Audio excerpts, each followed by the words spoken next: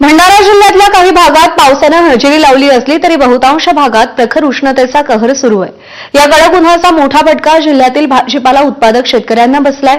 कडक उन्हामुळे विहिरी आणि कूपनलिकांच्या पाणी पातळीत मोठी घट झाली आहे आणि त्यातच सातत्यानं खंडित होणाऱ्या वीज पुरवठ्यामुळे पिकांना पाणी देणंही कठीण झालंय। पाणी टंचाई आणि प्रखर उन्हामुळे शेतातील पालेभाज्या जागेवरच करपून जात आहेत, त्यामुळे शेतकऱ्यांचं मोठं आर्थिक नुकसान होत आहे।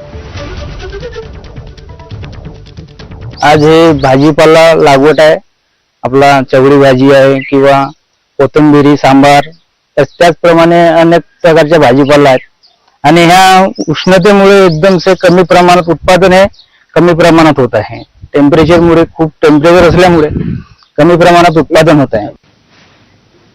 आणि या बातमीसह ब्रेकफास्ट न्यूज मध्ये आज आपण इथेच थांबतोय। थोड्याच वेळात नमस्कार महाराष्ट्र माधवी सोबत पाहत रहा एबीपी माझा।